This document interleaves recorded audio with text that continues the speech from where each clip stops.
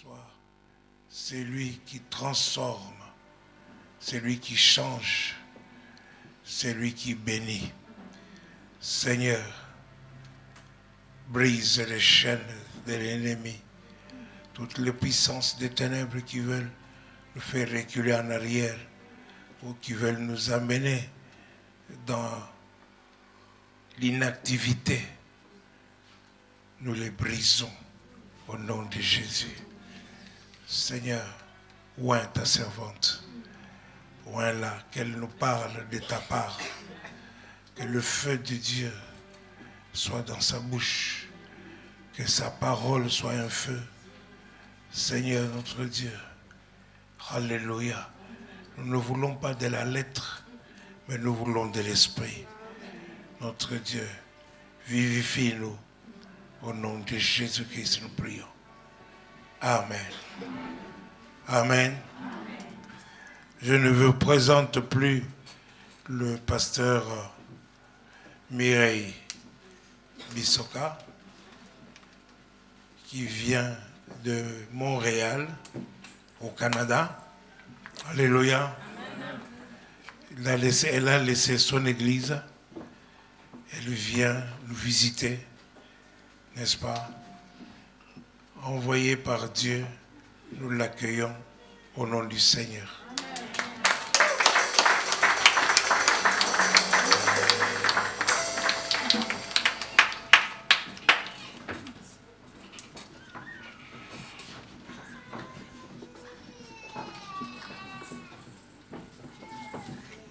Alléluia. Que le nom de Jésus soit béni. Amen. C'est encore une grande joie d'être avec vous. Et je bénis le Seigneur. Hier, on était avec les femmes. On a eu un bon temps de partage. Amen. Le Seigneur s'est glorifié. Et nous sommes là aujourd'hui. Ouvrons nos Bibles dans 1 Samuel chapitre 10.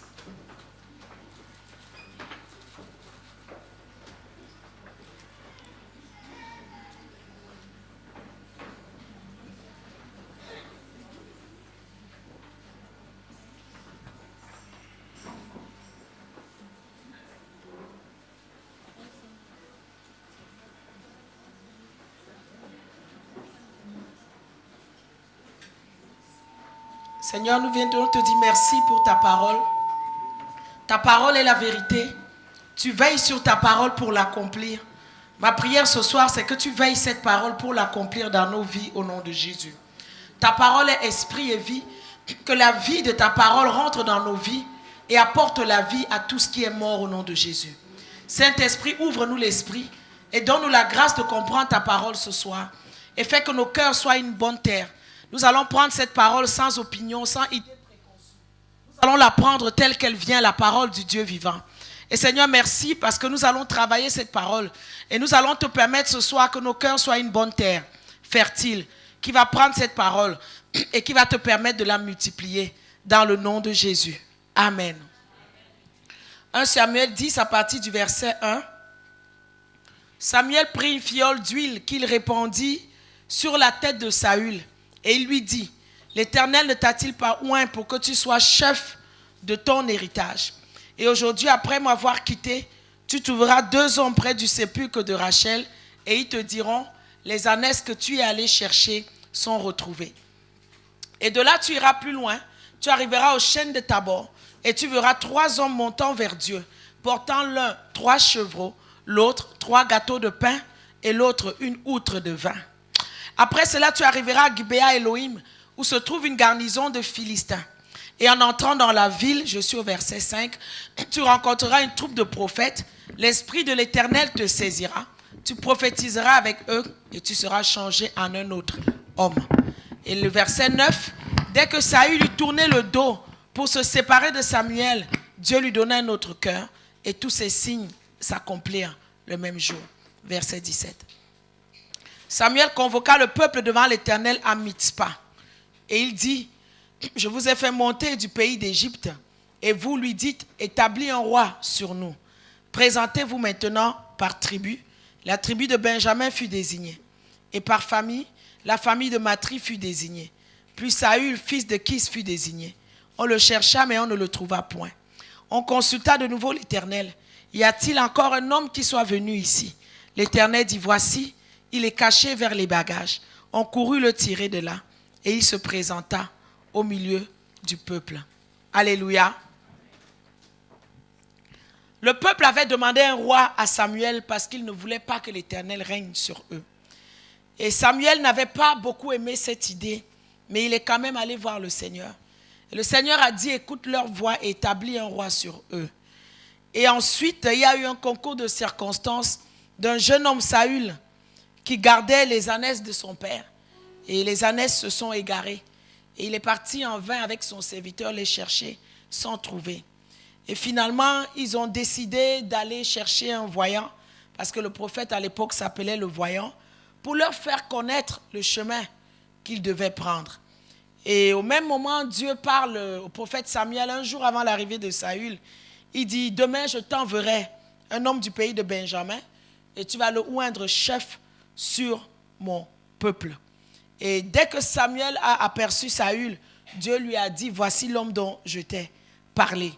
Et ils ont commencé la conversation et Samuel a commencé à lui dire des choses étranges. Il dit, mais tiens, ne suis-je pas benjamite et l'une des plus petites des tribus d'Israël? Ma famille est la moindre de toutes les tribus. Pourquoi tu me parles de la sorte? Et nous arrivons au chapitre 10 où Samuel prend cette huile et il va ordonner Saül pour être le futur roi du peuple. Et il lui a donné des signes. Quand il est parti plus loin, il a vu un homme qui lui a donné du pain, qui veut dire la parole de Dieu, qui lui a donné une outre de vin, qui veut dire le Saint-Esprit. Ensuite, il est parti, il a rencontré une troupe de prophètes. L'Esprit de l'Éternel l'a saisi. Il a commencé à prophétiser. Et la Bible dit que tous ces signes ont eu leur accomplissement. Dieu lui a donné un nouveau cœur.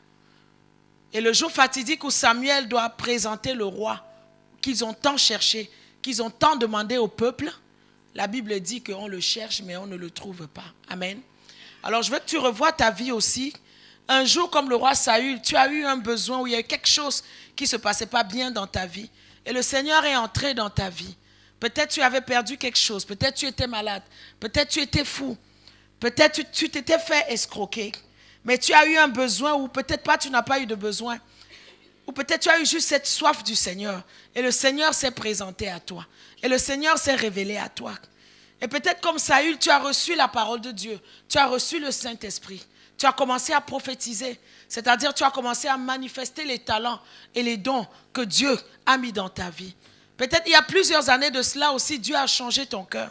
Dieu a fait de toi une autre personne. Dieu t'a donné les promesses. Et les promesses se sont accomplies. Mais entre-temps, les années sont passées. Les choses sont arrivées. Et aujourd'hui, Dieu te cherche dans le lieu de communion où il avait l'habitude de te rencontrer. Dans le lieu de prière, Dieu ne te trouve pas. Dieu te cherche à l'église, dans le département où il t'avait donné des dons et des talents, dans le département qu'il t'avait confié. Dieu cherche aujourd'hui beaucoup de chrétiens, mais ils ne sont plus dans leur département à l'église. Ils ont déjà quitté l'église pour X motifs. Dieu te cherche même dans sa présence. Dieu ne te trouve pas. Alléluia. Il était appelé à être le roi. Il était appelé à être un héros. Il était appelé à porter la solution. Comment celui qui doit donner la solution, comment celui qui doit régner sur le peuple, diriger le peuple, leur montrer où aller. Mais on le cherche, on ne le trouve pas. Mais où est-ce qu'il est? La Bible dit qu'il est caché vers les bagages. Alléluia. Alors je viens dire à quelqu'un ce matin, sors de tes bagages, sors de ta cachette, parce que Dieu a besoin de toi. Parce que tu es le héros que Dieu cherche, tu es la solution que Dieu cherche. C'est toi qui es appelé à régner dans ta famille. C'est toi qui es appelé à sauver ta famille. C'est toi qui es appelé à être un héros, à être une solution. Mais aujourd'hui, il y a beaucoup de héros qui sont en fuite. Il y a beaucoup de héros qui dorment. Il y a beaucoup de héros qui ont déposé leurs armes. Mais je viens te dire ce soir, sors de tes bagages, sors de ta cachette, sors de ce qui, avec les années, tu as permis dans ta vie, qui se sont accumulés et qui sont devenus des bagages derrière lesquels tu te caches. Alléluia. Quand Saül et Jonathan sont morts dans 2 Samuel 1, David a dit quelque chose. Il a dit l'élite d'Israël a succombé dans les lieux. Il a dit combien les héros sont tombés. L'élite d'Israël a succombé sur les collines. Combien les héros sont tombés. Alléluia. Beaucoup de héros de Dieu aujourd'hui sont tombés. Beaucoup sont des fugitifs. Beaucoup fuient de leur lieu de communion. Beaucoup fuient de leur ministère. Beaucoup fuient de leur lieu de bénédiction. Il a dit combien les héros sont tombés. J'aime beaucoup les versions anglaises qui disent, au lieu de dire l'élite d'Israël, mais qui disent pour certaines, la beauté d'Israël est tombée, la gloire d'Israël est tombée, l'honneur d'Israël, la fierté, l'orgueil d'Israël. Et en parlant des héros, ils disent les hommes forts, les hommes vaillants et les guerriers sont tombés. Alléluia. Mais Jésus revenant très bientôt, nous ne pouvons plus toujours nous permettre d'être les héros qui tombent avant de se relever. Dieu te dit ce soir, sors de ta cachette, sors de tes bagages, parce que tu es un héros et parce que le Seigneur a besoin de toi. Alléluia. Et une des stratégies de l'ennemi en ces temps de la fin, c'est d'oppresser les héros, c'est de les décourager, c'est de les faire succomber, c'est de leur faire déposer des armes. Parce que tu sais quoi? Le diable a peur des héros. Mais dans ma définition, un héros, c'est quelqu'un qui se distingue par une bravoure exceptionnelle. Mais dans le royaume de Dieu, un héros, en fait, tu ne deviens pas héros avec Dieu, mais en fait, tu nais héros. Alléluia.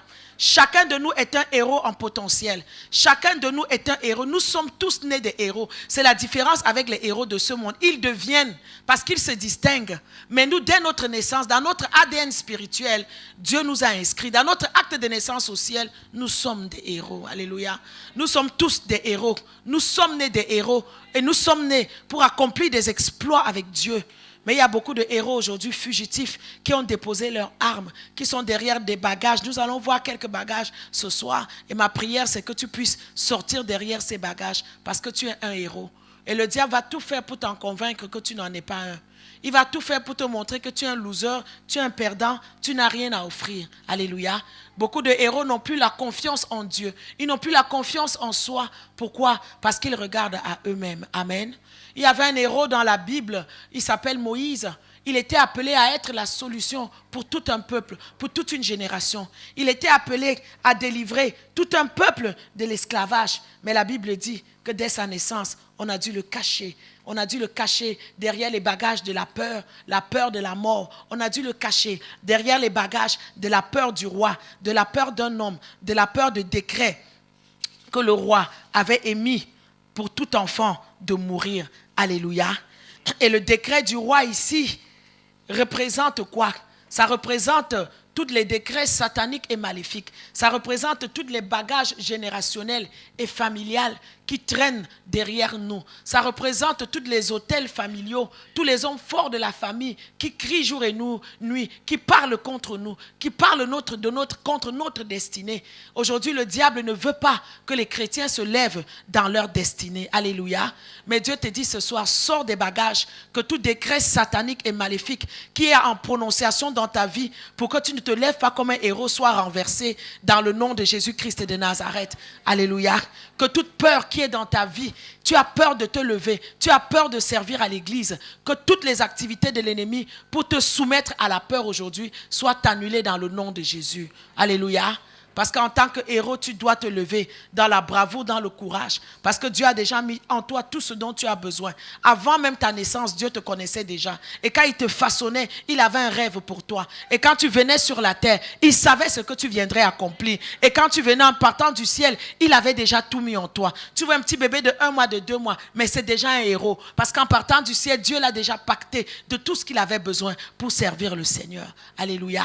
Moïse a été caché, mais un jour est venu où on ne pouvait plus le cacher. Et ma prière aujourd'hui, c'est que tu réalises que ce jour est là où tu ne peux plus te cacher. Parce que la Bible dit que tu es la lumière du monde. Et la lampe, la lumière, on ne la cache pas sous la table, mais on la met sur la table et elle doit briller. Parce que tu sais quoi? Le monde aujourd'hui va très mal. Le monde ne va pas bien.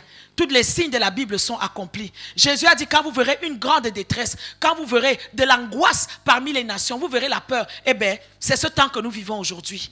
Quand tu entres dans un autobus aujourd'hui, tu te demandes qui n'a pas une bombe dans son sac. Quand tu rentres dans le métro aujourd'hui, tu te demandes qui n'a pas une bombe dans son sac. Il y a un ami qui nous disait il y a quelques jours dans le métro à Paris, quelqu'un est entré cagoulé avec un sac à dos. Tout le monde était en train d'écrire son testament, n'est-ce pas? Dès que la prochaine rame de métro s'est arrêtée, tout le monde a couru en fuite. C'est le monde dans lequel nous vivons aujourd'hui. La détresse est là, l'angoisse est là. Et ce sont les derniers signes que le monde ne va pas bien. Et le monde a besoin des héros comme toi. C'est plus virtuel, hein, c'est plus Superman, la longue cape. Non, maintenant nous faisons face à la réalité d'un monde qui ne va pas bien. Et nous sommes la lumière du monde. Mais malheureusement, aujourd'hui, même les païens voient que le monde a un problème, sauf les chrétiens qui sont encore endormis dans toute forme de distraction. Alléluia. Sors de ces bagages aujourd'hui. Lorsque les disciples sont revenus à Jésus, oh waouh, youpi, les démons même sont soumis en ton nom. Jésus a dit, waouh, je confirme, j'ai vu Satan descendre du ciel comme une éclair. Mais il a dit, attention cependant, ne vous réjouissez pas que les démons vous soient soumis, mais réjouissez-vous que vos noms sont inscrits dans le livre des vies. Il n'y a que les chrétiens qui pensent aujourd'hui qu'ils ne mourront jamais. Il n'y a que les chrétiens qui pensent qu'ils sont en train de vivre sur la terre éternellement. Il n'y a que les chrétiens aujourd'hui qui ne préparent pas là où nous irons passer l'éternité. Mais aujourd'hui, plus que jamais, quand tu vois le monde malade, tu réalises qu'il n'y a plus de temps. Et tu rachètes le temps, car les jours sont mauvais. Tu vis une vie de repentance. Tu abandonnes les mauvaises choses que tu faisais. Et tu te lèves réellement pour servir Dieu. C'est bien, réjouis-toi, j'ai une grosse maison, j'ai une Mercedes, j'ai eu la gloire du monde. Mais sache qu'un jour, ça va prendre fin. Et sache qu'un jour que tu auras à aller là où tu vas passer l'éternité. Est-ce que quand tu t'y rendras, ton nom sera encore inscrit? Ben, je ne sais pas. Mais je sais une chose, c'est que ton nom peut être effacé. Ton nom s'écrit automatiquement quand tu acceptes Jésus. Mais si tu continues à mener une vie que tu mènes, une vie de péché, une vie qui ne glorifie pas Dieu, ben il a une gomme spéciale où il va aller effacer ton nom. Mais écoute, si tu réalises comme ce soir que Seigneur, j'ai assez vécu ma vie pour moi, mais je veux la vivre pour toi, je me répands, je reviens à toi, il va réinscrire ton nom dans le livre. Parce que quand tu lis dans l'Apocalypse, dans la lettre qu'il envoie à l'église de Sardes, il dit, prends garde que je n'efface point ton nom du livre de vie. Donc il peut être effacé. Ce n'est pas une garantie. Alléluia. Sors de ces bagages-là. Sors de ces bagages. Et plus que jamais, vois chaque jour qui vient comme un jour nouvel, un jour nouveau, où Dieu me donne la grâce de me rattraper, où Dieu me donne la grâce de me repentir, où là où mon nom était effacé, que Dieu puisse écrire mon nom. Alléluia. Sors des bagages de la séduction. Beaucoup de chrétiens aujourd'hui sont des héros, mais qui sont des héros fugitifs. Ils fuient leur église, ils fuient leur fonction, ils fuient de s'engager envers Dieu. Alléluia. Mais le monde va mal. Et un jour, quand Jésus est passé à ce bureau de douane, quand il a vu ce Lévi assis là, quand Jésus l'a regardé, oh, tu sais quoi, Jésus n'a pas vu ce qu'il était maintenant. Jésus n'a pas vu de Lévi un publicain, un collecteur d'impôts, un menteur, un voleur, un escroc, parce que c'était ce qu'ils étaient à l'époque. C'était des menteurs, des escrocs, et en plus, c'était des Juifs, mais qui travaillaient pour les Romains. Donc en plus, ils étaient détestés du peuple, parce qu'ils travaillaient pour l'ennemi. Mais quand Jésus est passé ce jour-là à ce bureau de douane et qu'il a vu ce jeune homme assis, Jésus lui a simplement dit, lève-toi et suis-moi. Et il s'est levé. Il a pris la marche du héros. Mais tu sais quoi? Pendant qu'il était voleur, pendant qu'il était collecteur d'impôts, il était déjà un héros. Parce qu'il était venu sur la terre en étant héros. Pour être un héros, il n'avait pas encore réalisé. Alléluia. Mais Jésus a vu le potentiel en lui. Jésus a dit, si lui je le prends, s'il prend ma parole, ce caractère d'escroc qu'il a, ce caractère, ces aptitudes-là vont être changées et il pourra me servir. La manière qu'il a facilement de gagner de l'argent, il pourra utiliser ça facilement pour gagner les âmes pour moi. Il s'appelait Lévi, qui signifie captif, mais Jésus l'a pris. Jésus l'a appelé Matthieu, qui veut dire un don de Dieu. Et aujourd'hui, nous avons le livre de Matthieu. Aujourd'hui, il était un grand disciple. Il a compris des grands exploits pour Dieu. Sors des bagages de mépriser les autres. Sors des bagages de penser que tu es supérieur aux autres, ou tu es plus saint que les autres, ou tu peux faire mieux que les autres. Jésus a dit, écoutez là, quand il a fait une grande fête, les gens ont dit, il reçoit les publicains, il reçoit les gens de mauvaise vie. Jésus leur a dit, je prends plaisir à la miséricorde. Je ne suis pas venu appeler les justes à la repentance, mais je suis venu appeler les malades. Je suis venu appeler ceux qui n'ont pas bien. Sors les bagages à l'église de ne pas exercer la miséricorde envers ton prochain. Nous sommes appelés à exercer la miséricorde les uns envers les autres. Lorsque quelqu'un chute, ça doit être le problème de tous. Lorsque quelqu'un qui était zélé à l'église n'est plus zélé, ce n'est pas le temps de se moquer de lui, mais c'est le temps d'aller lui tendre la main. C'est le temps d'aller lui manifester de l'amour. Alléluia. Parce que le monde aujourd'hui a besoin de l'amour. Et avec l'amour, nous pouvons les amener au Seigneur. J'avais reçu à Montréal une dame que je ne connaissais pas à l'église. À peine elle est arrivée d'Afrique. Quelques semaines plus tard, je revenais du décès de mon père.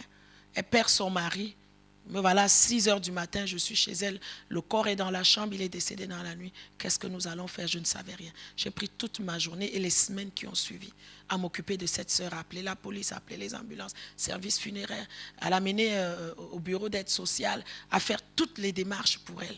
Et je me souviens, le jour de l'enterrement de son mari, il s'est fait plutôt incinérer. Nous étions tous devant ce corps que je ne connaissais pas. Je venais à peine du décès de mon père. Je pleurais encore mon deuil personnel. Des fois, Dieu nous met dans des situations étranges, n'est-ce pas? Me voici devant le corps de quelqu'un que je ne connais pas, devant une personne, une sœur que je connais à peine, et en train de pleurer pour un homme que je ne connaissais pas. Et après, en train de les recevoir dans ma maison pour leur donner un repas. Et il y avait un musulman qui était là, un Sénégalais, je pense. Et il demande à la sœur, mais sœur Rachel, mais tu viens à peine d'arriver au Canada et puis c'est ta sœur, la dame, elle est ta sœur et tout. Elle dit non, elle est mon pasteur. Ton pasteur, mais tu viens à peine? Elle dit oui, je viens à peine d'arriver. Ça fait même pas 2 semaines. Il dit mais attends là, tu la connaissais pas? Elle dit non. 2 semaines. Elle fait tout ce que nous la voyons faire depuis. Et elle nous reçoit chez elle à manger. La sœur dit ah mon frère, c'est l'amour de Christ. Il a dit si c'est l'amour de Christ, j'abandonne l'islam et je prends votre Jésus. Parce que je n'ai jamais vu ça. C'est de ça que le monde a besoin d'aujourd'hui. On est fatigué des disputes à l'église, on est fatigué des querelles, on est fatigué des critiques, on est fatigué de passer nos temps à dépenser nos énergies pour des choses inutiles. Les églises sont devenues des rings de boxe, là où on se combat. Va combattre l'ennemi qui agit là-bas dehors. Alléluia.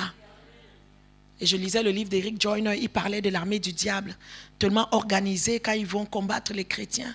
Chacun suit son rang, chacun sait là où il s'en va.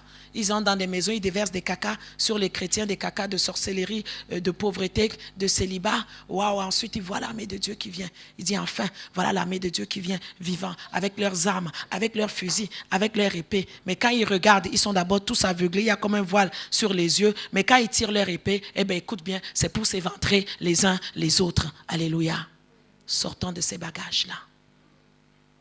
Nous avons une responsabilité pour cette génération. Tu es la solution pour cette ville de Mons. Tu as assez vécu pour toi. Tu as assez vécu pour tes intrigues. Tu as assez vécu pour tes murmures. Écoute, il est temps que tu fasses fi de tout ça et que tu te lèves pour vivre pour Dieu. La Bible me parle d'un autre héros qui s'appelle Joseph. À cause de la vision de Dieu, à cause de la mission de Dieu, il a été haï par ses frères.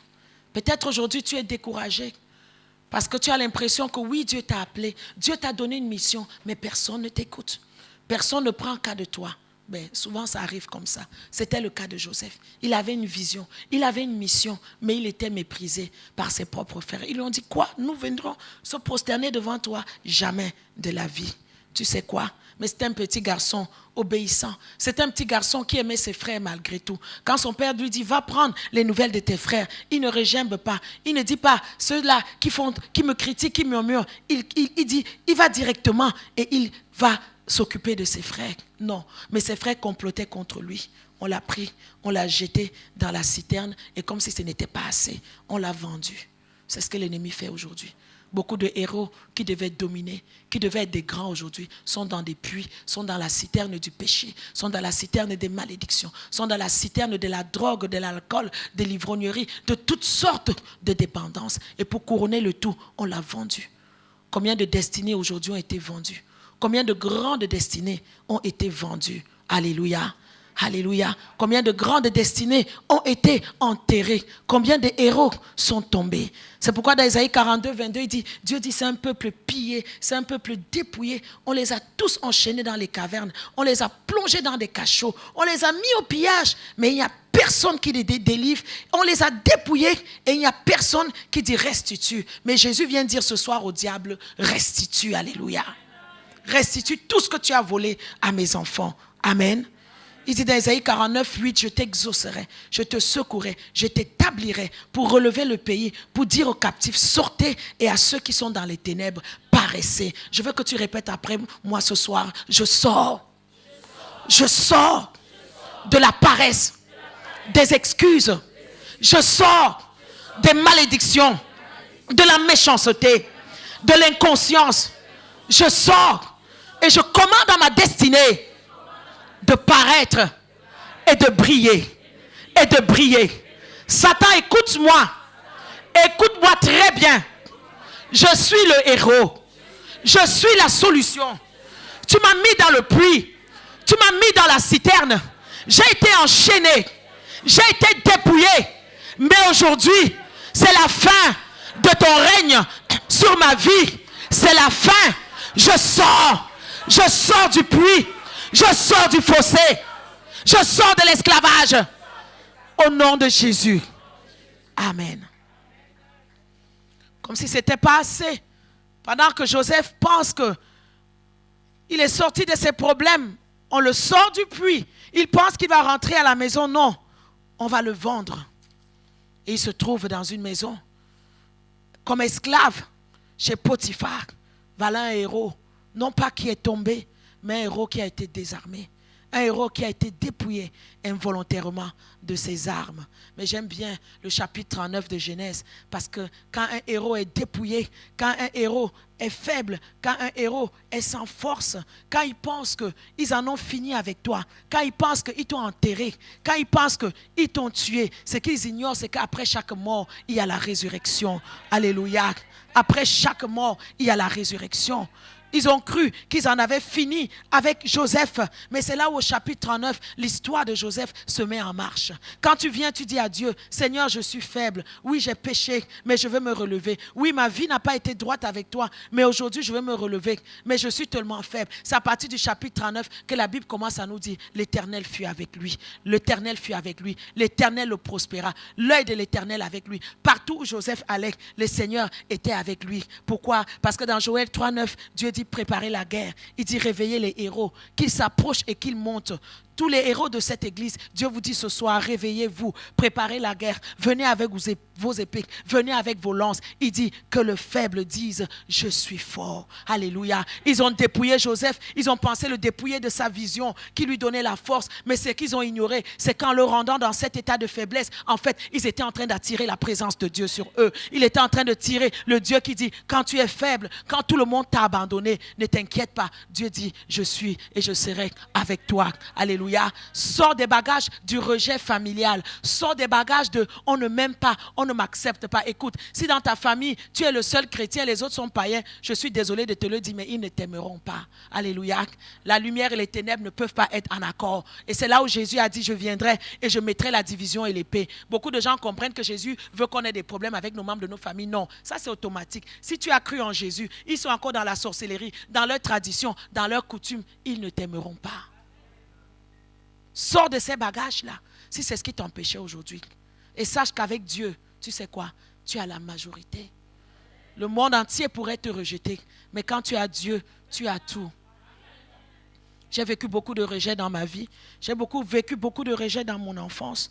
Parce que quand ma mère m'a conçue, elle était jeune, je n'étais pas vraiment un enfant désiré. Elle-même a subi beaucoup de rejets et tout ce rejet a été déversé sur moi. Et j'en ai beaucoup souffert dans mon enfance, j'en ai beaucoup souffert dans mon adolescence, j'en ai beaucoup souffert à l'âge adulte. Mais tu sais quoi? Il y a des choses qu'à un moment donné, il y a des choses que tu ne peux pas changer, il y a des choses que à cause de l'œuvre de Dieu, tu te fais une raison. Et j'ai appris à aimer le Seigneur, j'ai appris à faire du Seigneur mon tout. Alléluia. Aujourd'hui, j'ai appris. Si quelqu'un m'aime, gloire à Dieu pour lui, pas pour moi, je m'en fous. J'ai appris à aimer le Seigneur. J'ai appris à faire de mon Seigneur le tout. Et aujourd'hui, j'ai beaucoup de peine quand je vois des jeunes filles qui ont un potentiel pour servir Dieu. Mais elles vont te dire qu'elles attendent d'abord se marier avant de servir Dieu. Et des fois, je leur pose la question, si ton mari vient, il n'est pas aussi spirituel que toi. Si c'est plutôt lui qui t'entraîne de l'autre côté, qu'est-ce que tu vas faire? Il ne faut pas conditionner l'appel de Dieu. Il y avait une femme à mon église qui était une bonne évangéliste, mais elle avait un problème. Son mari l'avait laissée il y a quelques années. Mais cette sœur était liée, elle n'arrivait pas à servir le Seigneur. Je lui disais toujours, regarde la grâce que tu as. Quand nous allons évangéliser, c'est toi qui ramènes les âmes. Oh non, pasteur, je ne veux pas trop, qu'est-ce que je vais dire aux gens? Oh, c'est sûr qu'on va me demander où est mon mari. Vraiment, j'ai honte. J'attends d'abord que mon mari revienne. Sors de tous ces bagages-là. Mari ou pas de mari, tu as le potentiel, tu as les dons. Lève-toi et sers Jésus. Bon, 10 années se sont écoulées, le mari n'est jamais revenu. Au contraire, même il s'est marié, il a eu d'autres enfants. Donc je me demande jusqu'à quand il va attendre. Alléluia. Voilà. Sors des bagages de limitation. Sors des bagages de donner des conditions à Dieu avant de le servir. Et tu sais quoi, les gens vont toujours te limiter. Le diable agit beaucoup avec l'esprit de solitude, de rejet et de limitation. L'ennemi va toujours tout faire pour te limiter. Tu verras toujours que tu n'es pas la meilleure. Tu verras toujours que tu n'es pas la plus belle. Il va toujours te convaincre que tu n'es pas ceci. Sors des bagages de toutes sortes de complexes d'infériorité. Les gens vont toujours te limiter. Mais la plus grande limitation, c'est pas ce que les gens t'imposent. La plus grande limitation, c'est celle que tu acceptes dans ton cœur. C'est pourquoi la Bible te dit, garde ton cœur plus que toute autre chose. J'ai grandi dans ça, à être limité, à être rejeté, à ne pas être aimé. Mais tu sais quoi, quand Jésus est entré dans ma vie à l'âge de 16 ans, il a été pour moi une bouée de sauvetage. Et j'ai appris à m'accrocher à Jésus. Alléluia. Sors de toutes sortes de complexes. Tu n'es pas assez belle. À l'église, on va te dire que tu ne chantes pas assez bien. On va te dire que tu n'intercèdes pas assez bien. Écoute, moi j'ai toujours aimé chanter pour le Seigneur. Mais j'étais conscient du fait que je n'avais pas la voix de Céline Dion. On s'entend bien, n'est-ce pas? Voilà. Mais dans ma Bible, quand Dieu dit chanter à l'Éternel, je n'ai pas vu entre parenthèses voix mielleuse et voix de crocodile, taisez-vous, non. J'ai vu juste que Dieu dit chanter à l'Éternel. Bon. J'ai pris le dangereux défi d'entrer à l'équipe de louange. Et je t'assure, le jour où on testait nos voix, moi-même, je demandais la grâce de Dieu sur tout le monde qui était présent. Je priais qu'un tonnerre n'éclate pas ou les ampoules ne se brisent pas. Mais j'aimais chanter pour Dieu. Qu'est-ce que je vais faire? Si Dieu a décidé de ne pas me donner une voix mielleuse, je suis quand même dans son royaume. Je dois faire quelque chose pour lui.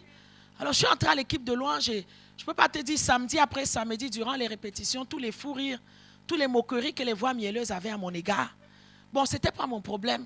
Moi, je venais toujours. Ils ont tout fait pour me sortir de l'équipe de louange. Avec toutes sortes d'insultes. Le samedi, j'étais là avant tout. Moi, on dit, tu es encore là? J'ai dit, je suis là. On ferait mieux de devenir amis maintenant parce que vous n'allez pas vous débarrasser de moi. Je suis là et je suis là pour rester. Et c'était tout. Et le temps a passé comme ça. Et sincèrement, quand on chantait, quand tu entendais la voix la plus aiguë, la note la plus fausse, il ne fallait pas chercher loin. C'était la mienne. Mais j'étais assise à l'équipe de louange. Et à l'époque, j'étais encore fiancée. Mon fiancé qui est mon mari aujourd'hui, un jour me dira, ma fiancée, je t'en supplie, il n'y a pas d'autre chose que tu peux faire à l'église. J'ai dit, non, moi j'aime chanter. Il dit, je t'en supplie, s'il te plaît. Quand tu chantes, j'ai envie de faire pipi. Je lui ai dit, désolé, tu vas pisser parce que là où je suis, là, je vais chanter pour Dieu. Bon, écoutez.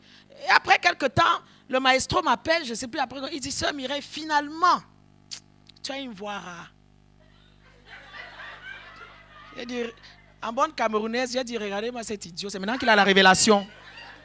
Donc depuis là, vous n'aviez pas vu que j'avais une voix rare. Il dit que tu as une voix des hommes, ça s'appelle ténor, c'est une voix rare. J'ai dit, voilà. Sors des bagages, les gens vont toujours te limiter, alléluia. Mais aujourd'hui, de voix de crocodile, on m'a dit que j'avais une voix rare. Il n'y a que Dieu qui peut faire des choses comme ça là. Qu'est-ce qu'on t'a dit à l'église pour que tu t'asseyes? Qu'est-ce qu'on t'a dit pour que tu te décourages? La Bible dit dans le livre de Daniel, ceux qui connaîtront leur Dieu seront forts. Et ils feront des exploits. Un héros, tu te décides d'être fort. Tu te décides de faire fi de ce que les gens peuvent dire. Tu viens à l'église, tu as un but et un objectif, c'est d'accomplir ta mission. C'est chaque jour de t'approcher du Seigneur. C'est chaque jour d'être proche de lui. Il y aura toujours quelqu'un pour dire que tu ne pries pas assez. Il y aura toujours quelqu'un pour dire que tu ne chantes pas bien. Mais sors des limitations de quitter l'église pour des caprices, n'est-ce pas? Il y avait une autre héroïne de la foi qui s'appelait Naomi. La Bible dit dans le livre de Ruth qu'elle a quitté Bethléem de Juda, qui veut dire la maison du pain, pour aller à Moab, parce qu'il y avait la famine dans le pays. Donc Naomi est le typique de chrétien capricieux, que lorsqu'il y a moins de problèmes à l'église, bon, je vais quitter l'église. Et je leur pose souvent la question, tu vas où? Dans l'autre église, ce sont des êtres humains qui sont là, avec leurs faiblesses, avec leurs forces. Tu n'auras peut-être pas les mêmes problèmes que tu avais là-bas, mais tu vas en trouver d'autres là-bas. Des fois pire, des fois mieux, je ne sais pas. Mais là où il y a les êtres humains, il y aura toujours quelque chose qui va se passer. Je leur dis toujours, il n'y a pas d'église parfaite. Le jour où vous trouvez l'église parfaite, dites-moi, moi-même, je vais fermer ma part. Je vais venir vous trouver là-bas. Alléluia. Donc c'est ça, Naomi. Il y a un petit pain qui manque à Bethléem de Juda. Ouf, je m'en vais. Waouh.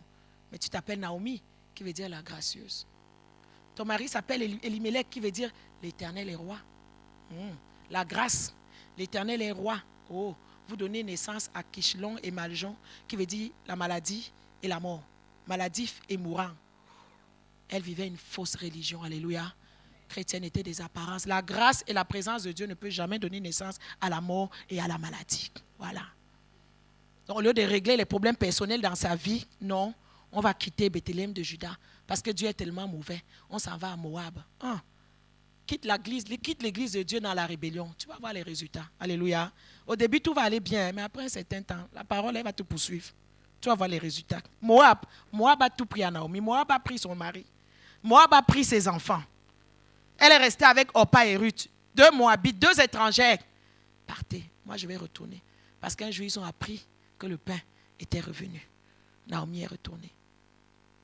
Ne m'appelez plus Naomi. Ne m'appelez plus la grâce. Appelez-moi Mara. Appelez-moi Amère. Écoute bien ce qu'elle dit. J'étais dans l'abondance quand je partais. Maintenant, je reviens les mains vides. Ah bon? Oh, on comprend bien maintenant. Donc, quand il n'y a pas eu de pain à Bethléem de Juda, quand d'autres étaient dans la famine, toi au moins tu avais à manger. Toi au moins tu avais quelque chose. C'était peut-être pas 10 baguettes de pain à tous les jours. Peut-être c'était une seule, mais au moins tu avais quelque chose. Non, mais tu as quand même fait les caprices. Ben, je quitte mon église, ben, je quitte ma maison, ben, je quitte Bethléem de Juda pour aller à Moab, trouver la mort. Alléluia. Une héroïne qui avait déposé les armes. Mais il y avait quelque chose quand même qui était resté à Naomi, le culte à l'Éternel. Et de temps en temps, Ruth la voyait s'agenouiller, invoquer Dieu. S'agenouiller, invoquer Dieu. Ruth devait l'entendre parler de son Dieu. Mais Ruth devait se poser beaucoup de questions. Comment un Dieu si grand dont elle me parle, mais regarde à quoi elle est rendue. C'est pour ça qu'elle a dit, je retourne. Ruth a dit, j'irai avec toi. Ton Dieu là dont tu m'as entendu parler, je veux le voir face à face. Ton Dieu sera mon Dieu. Voilà une Moabite qui n'avait pas le Saint-Esprit que toi et moi que nous avons aujourd'hui. Qui n'avait rien vu, qui n'avait pas encore vu de miracle de Dieu. Elle n'avait vu que la mort. Elle avait tout perdu. Mais toi et moi, un jour, nous avons vu la main de Dieu agir. Mais aujourd'hui, comment nous pouvons être ingrats envers Dieu et envers ses serviteurs? Mais voilà, une héroïne à devenir, comme Lévi. Elle a dit, je te suivrai. Et dans le chapitre 3, verset 10, Boaz a dit quelque chose. Il lui a dit, tu n'as pas recherché la faveur des jeunes gens ni des riches. Qu'est-ce que ça veut dire? Ça veut dire que quand Ruth a perdu son mari, elle a eu la possibilité d'épouser un jeune homme. Elle a eu la possibilité d'épouser un riche à Moab. Mais Ruth a refusé. Ruth a dit non, je vais continuer la lignée juive de mon mari. Je ne vais pas donner des enfants aux Moabites. Même si je dois peupler un royaume, je vais aller peupler le royaume de ce Dieu-là. Je vais aller donner des enfants à Israël. Je ne donnerai pas des enfants aux Moabites. Et Ruth est devenue la grande-mère de David. Jésus est descendu une descendante. Jésus est devenu un descendant de Ruth. Et aujourd'hui, son nom est inscrit dans la parole de Dieu. Toi et moi, bien-aimés, quelle histoire allons-nous laisser pour nos générations? Qu'est-ce que tes enfants diront de toi? Qu'est-ce qu'ils se souviendront de toi? Que chaque dimanche, quand on rentrait à la maison, à l'église, tu assassinais le pasteur et les leaders et tout. Quel souvenir, quel héritage nous allons laisser à nos enfants? Alléluia. Quand je vois mes enfants aujourd'hui servir le Seigneur, j'ai une telle joie dans le cœur. C'est une grande responsabilité pour moi. Et je dis toujours, mes enfants, vous serez mieux que moi. Vous ferez mieux que moi. Ce que moi j'ai vécu comme épreuve, comme souffrance, comme douleur, vous devez avoir la tâche plus facile. Et j'investis ce que j'ai pour les enfants. Ils me coûtent cher, hein? J'en ai 3. Ils sont d'école de musique. Des fois 2, 3 professeurs. Je paye tous les mois. J'investis l'argent. Je donne. Pourquoi? Qu'est-ce que j'ai à y gagner? Non, le royaume a quelque chose à gagner. Je ne serai plus là demain, mais tu sais quoi? Ils sont la génération de demain. Et ils devront servir ce royaume valablement. Et je dois m'assurer avant de partir de la terre que j'ai fait des préparatifs pour eux. C'est ce que David a fait pour son fils. Il a fait des préparatifs pour Salomon. Quel héritage laissons-nous à nos enfants? Est-ce que ce sont juste les critiques qu'ils entendent de l'église? Est-ce que ce sont juste les mauvaises choses? Des fois, nous critiquons l'église, nous critiquons les pasteurs devant nos enfants. Ouais. Et demain, tu es étonné que l'enfant se rébelle. Et demain, tu es étonné que l'enfant ne veuille pas venir à l'église. Pourquoi viendra-t-il? Ce n'est que le mal que tu lui présentes. Sors de tous ces bagages-là. Allons voir Isaïe 56. Qu'est-ce qui se passe quand un héros tombe? Ou quel est le processus graduel que l'ennemi utilise? Et en passant, Dieu a sorti Joseph de tout cela. Et un jour, Joseph s'est trouvé devant ses frères qui ne savaient même pas que c'était lui. Et c'est là où on connaît la douleur que Joseph a eue. Parce que quand on dit on l'a jeté dans le puits, on ne nous dit pas. Mais au chapitre 42, verset 21, un de ses frères dit, vous avez vu, quand nous avons vendu notre frère, quand nous l'avons jeté, vous avez vu l'angoisse dans son âme. Vous avez vu comment il nous a demandé grâce. Alléluia. Donc Joseph avait demandé grâce. Joseph avait dit, mes frères, ayez pitié de moi. Mais ses frères n'ont pas eu pour eux de la miséricorde. Ses propres frères l'ont vendu. Mais quand Dieu l'a sorti de tout ça là, Joseph a eu ses 2 enfants. Il a appelé le premier Manassé. C'est-à-dire dire quoi? Dieu m'a fait oublier mes souffrances. Il a appelé le deuxième Ephraïm. Dieu m'a rendu fécond dans le pays de mon affliction. Donc, sors des bagages de la rancune, sors des bagages du manque de pardon. Alléluia. Nous avons fait pire au Seigneur Jésus, mais tu sais quoi? Il est quand même allé à la croix pour nous. Libère les gens de ton cœur. Si le Seigneur vient te prendre avec la haine, avec le manque de pardon dans le cœur, tu iras en enfer. Alléluia. Il y avait des gens un jour, des fils à l'église qui m'ont tellement fait mal. J'ai eu mal, j'avais jamais eu mal comme ça dans mon cœur. Pendant 1 an, 2 ans, moi-même j'ai dit, ceux-là, je ne leur pardonne pas. Alléluia. J'avais tellement mal dans mon cœur, j'avais une douleur. Et Dieu a commencé à envoyer des messages. Pardonne.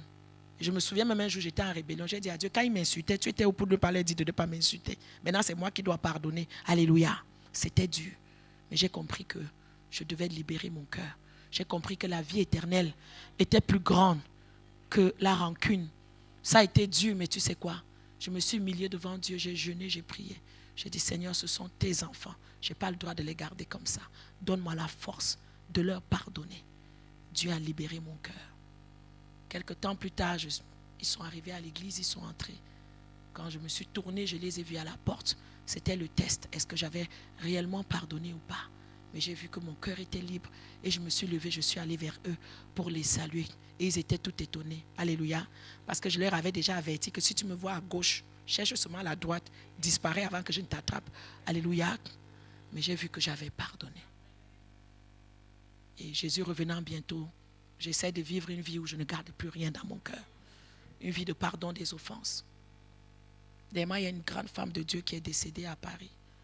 Et Dieu est vraiment extraordinaire. Une fois, elle m'a demandé d'aller faire le ministère avec elle. À l'époque, je n'étais pas encore vraiment. J'étais pasteur, mais pas dans mon ministère de femmes. Je l'ai accompagnée quelque part en Europe. Et moi, je portais son sac. J'étais toute petite parce que je sais me rendre petite. Et bon, une des soirées de la conférence, le pasteur a fait l'erreur de me demander de prendre les offrandes. Et pendant que j'exhortais les gens à prendre les offrandes, le Saint-Esprit, sans mon accord ni quoi que ce soit, a décidé de se manifester. Et il y a eu beaucoup de guérisons, beaucoup de choses se sont passées. Et il y a eu comme un petit clic, un peu de jalousie ou de ressentiment à mon égard. Sa contenance a changé à partir de là.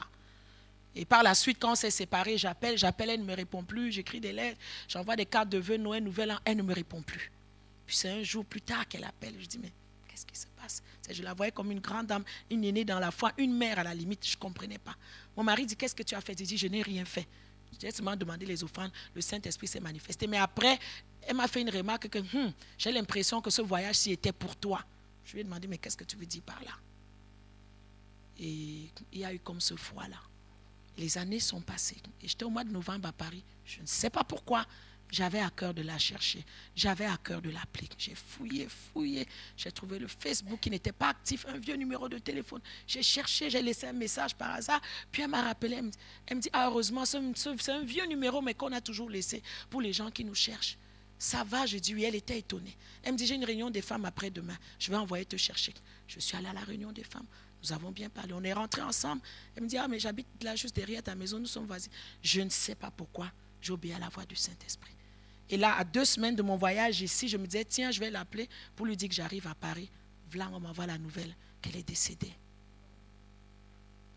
Et c'est un frère qui était au courant de cette histoire qui m'appelle, qui me dit, oh maman, vraiment, je rends grâce à Dieu que vous étiez réconciliés. J'ai dit, non, attention, on ne s'était pas réconciliés. C'est moi qui étais allé vers elle. Alléluia. Alléluia. Ça ne nous coûte rien, n'est-ce pas? Même quand tu sais que tu as raison, tu peux quand même aller vers ton prochain. Jésus a dit, pardonne-leur car ils ne savent pas ce qu'ils font. Il y a des gens qui vont te blesser, mais ce n'est peut-être pas intentionnellement. Des fois, ils ne savent pas ce qu'ils font. Et nous devons vraiment étendre notre gratitude. Ésaïe 56 dit, les gardiens sont tous aveugles et sans intelligence. Ils sont des chiens muets et incapables d'aboyer. Ils ont des rêveries, se tiennent couchés, aiment à sommeiller. Ce sont des chiens voraces, insatiables. Ce sont des bergers qui ne savent rien comprendre. Tous suivent leur voie, chacun selon son intérêt jusqu'au dernier. Donc quand le diable veut te faire tomber un héros, ou un héros qui est tombé, il commence d'abord par t'aveugler. Quand ils ont saisi Samson, on lui a crevé les yeux physiques, mais spirituellement, ça voulait dire qu'on lui a pris la vision. Le diable prend d'abord ton rêve. Il prend d'abord l'amour que tu avais de servir Dieu.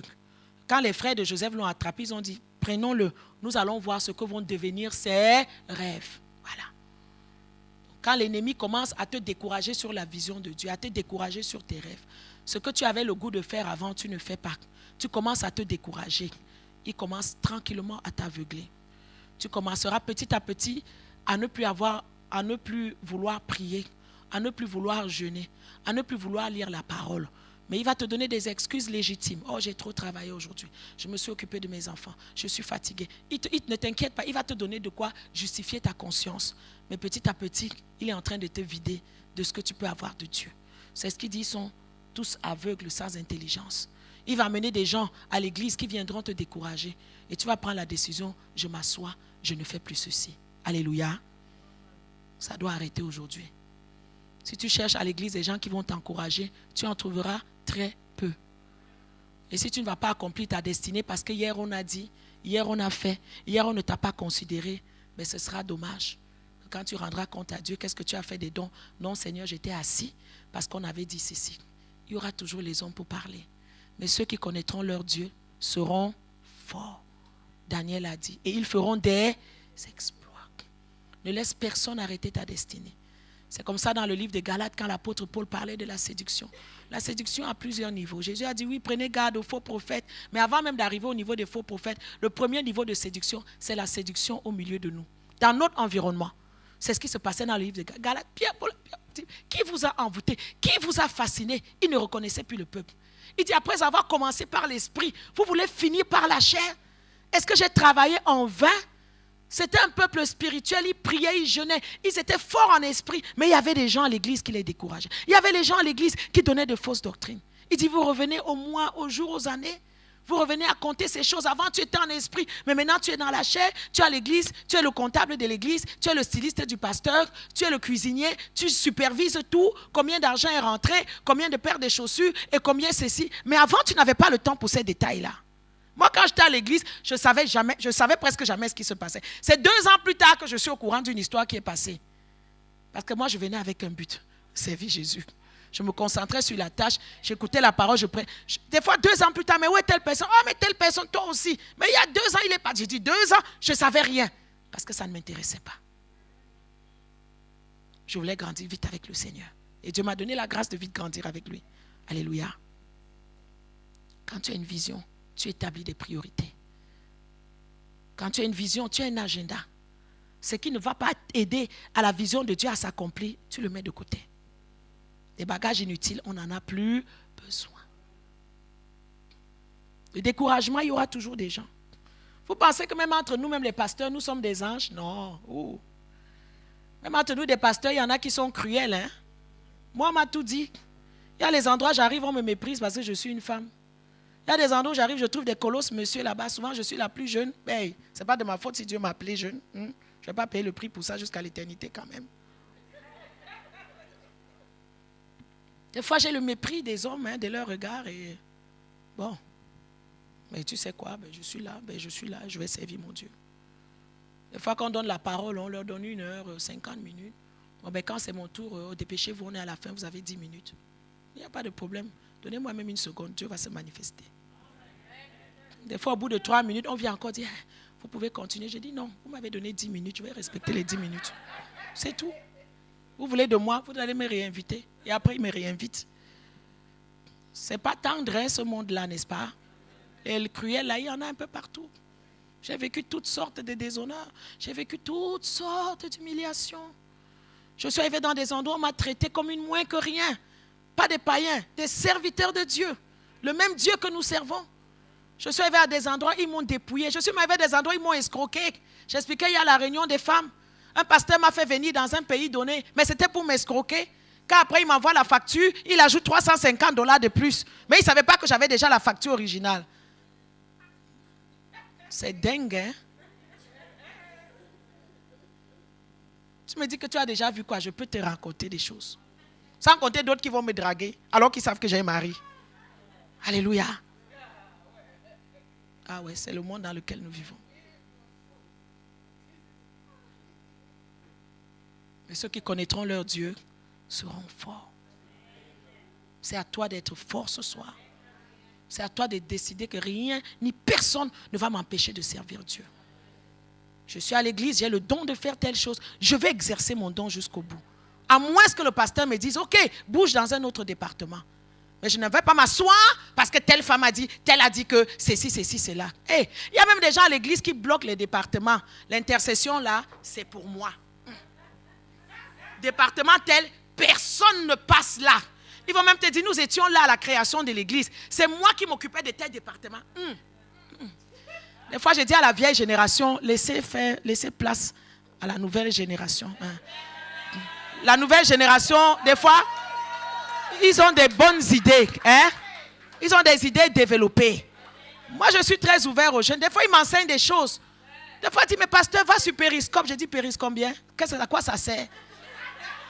Je m'assois avec eux, ils m'expliquent des choses. Je suis nul. Même quand j'envoie un email, mes enfants disent, bravo maman, je suis tellement perdu. J'ai besoin de la jeune génération. Il y a tellement de nouvelles techniques qu'on peut utiliser. À un moment donné, dernièrement à l'église, ça ne décollait pas. Jeudi, mardi à la prière, il n'y a personne. Vendredi, il n'y a personne. Et à force de forcer les gens, venez à l'église. En semaine, vous ne voyez personne. Les gens se sentent coupables. Mais c'est vrai qu'il fait froid. Il y a la réalité de l'hiver dur canadien. D'autres travaillent, d'autres habitent loin.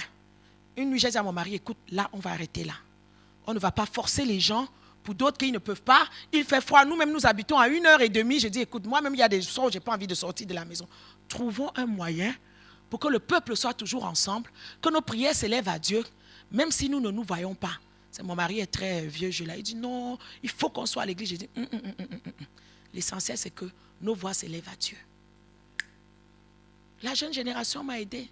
Et pasteur, à mon travail, nous utilisons les conference calls. Nous parlons entre nous. D'autres collègues sont aux États-Unis et tout. J'ai dit, ça veut dire quoi? Non, c'est une ligne de téléphone. Beaucoup de gens se connectent. Il y a un mot de passe. J'ai dit, cherche, apporte-nous. Le soir, pasteur, c'est gratuit. Tous les pays l'ont. J'en parlais à maman hier.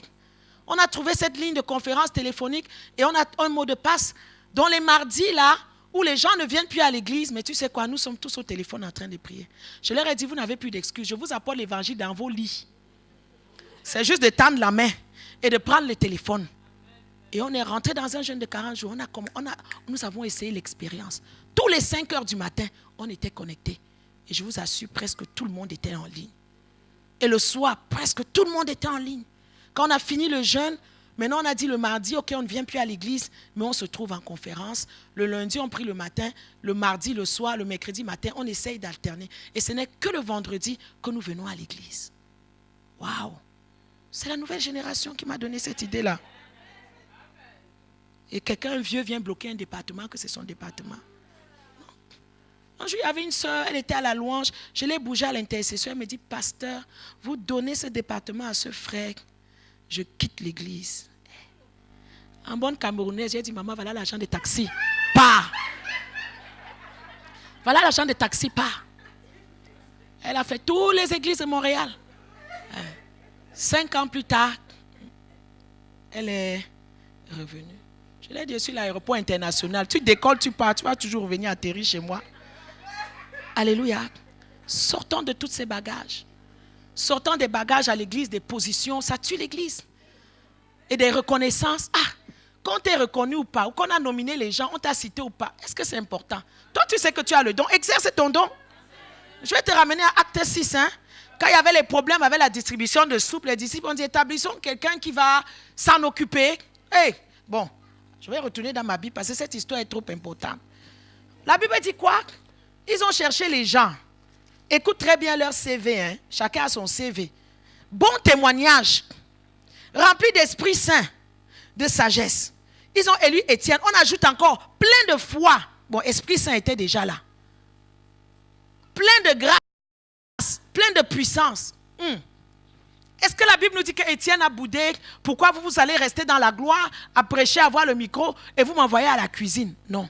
Et quand j'entends ça, plein de foi, de puissance, de grâce, ce n'est pas les caractéristiques de quelqu'un qui va aller dans la cuisine.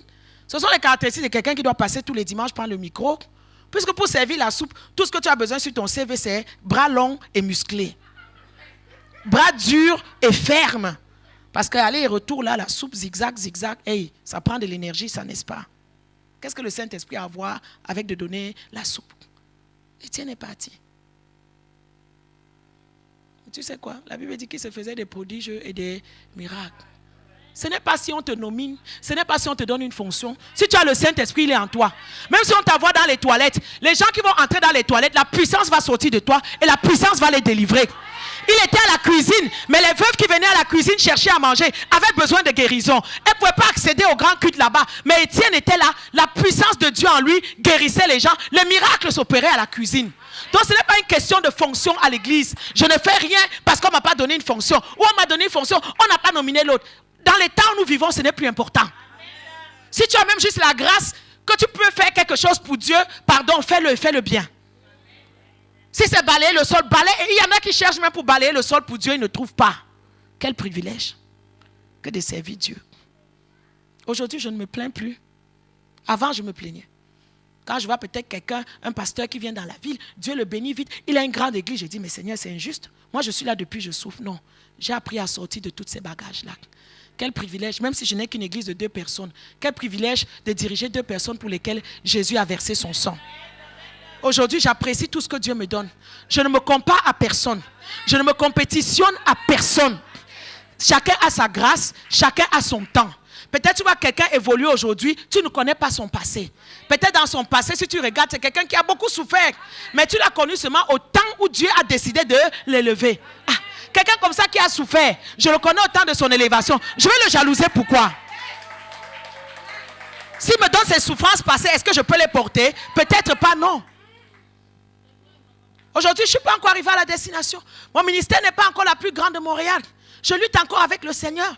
Mais imagine dans 10 ans, quelqu'un qui me viendra peut-être, qui me verra dans la gloire de Dieu, qui va commencer à me haïr et me jalouser. Ce ne sera pas juste, n'est-ce pas? Parce qu'il ne connaît pas tout le bagage que j'ai traversé. Sortons de tous ces bagages-là. Qu'on te nomme ou pas à telle fonction à l'église, ce n'est pas important. Même si tu estimes que je suis là depuis 15 ans, ce n'est pas grave. Toi, fais seulement ce que tu as l'habitude de faire. Au ciel là-bas, ce ne sera pas ta fonction sur la terre qui va dépendre. Non. Il y a même des pasteurs, il y a un enfer, il y a un corridor là-bas pour des pasteurs. Il y a un corridor pour les évangélistes. Et les gens qui sont là-bas disent que le corridor des serviteurs de Dieu, la flamme chauffe doublement. Parce qu'à ceux à qui on a beaucoup donné, il leur sera beaucoup demandé. Fais paisiblement ce que tu as fait pour Dieu, sans avoir des idées d'élévation personnelle dans ton cœur. Fais juste ce que tu as fait. Qu'on connaisse, qu'on ne connaisse pas. Qu'on te dise merci, qu'on ne dise pas merci. Tu es au service de Dieu. Et c'est Dieu qui voit tout ce que tu fais. Quand ça va mal, pleure un petit coup, mais essuie tes larmes, reviens le lendemain à l'église. Continue à faire ce que tu as à faire. C'est là où Dieu va te voir. C'est là où Dieu sera glorifié. C'est là où tu seras vraiment le fils de Dieu irréprochable parmi une génération corrompue et perverse. Mais toi, tu vas briller comme un flambeau de feu parce que tu vas décider d'être différent. Moi, j'ai décidé d'être différente. Je ne suis jalouse de personne. Ceux que je peux soutenir, je soutiens leur ministère. Je fais du bien à toutes les églises, à tous les pasteurs que je trouve. Je continue ma route. J'ai fait ma part avec le Seigneur. Alléluia. Ésaïe 56 que nous étions en train de lire. Il dit, ils sont muets et aveugles, sans intelligence. Ensuite, il dit, ils sont des chiens muets, incapables d'aboyer. Un chien est un gardien. Un chien est une sentinelle. Dans l'ADN d'un chien, il doit veiller, il doit mordre, il doit défendre. Donc un chien, quand il y a un bruit là, même s'il dormait, tout de suite, il est aux aguets. Et il commence à remuer la queue, à battre les oreilles. Il commence à marcher, à attendre là où va venir le danger. Oui, c'est ce que Dieu veut que nous soyons. Un héros, c'est quelqu'un qui est vigilant. Un héros, c'est quelqu'un qui surveille. Un héros, c'est quelqu'un qui est toujours sur ses gardes. Mais quand tu es dans les choses spirituelles, tu es comme ça. Mais quand le diable commence à te faire tomber, tu commences à manquer de vigilance. Tu es toujours un héros. Tu as toujours les armures avec toi. Il est toujours un chien là, sauf qu'il est incapable d'aboyer. Ensuite, il dit, ce sont des chiens voraces et insatiables. Une autre étape que l'ennemi fait, il te retourne dans le monde, il te retourne dans tes addictions, il te retourne dans tes dépendances, il te retourne dans tous les péchés, dans les choses que tu avais laissées. Il commence à te miroiter, le monde est bon, le monde est ceci. Aujourd'hui, si tu veux faire une semaine sans prier, tu as la possibilité.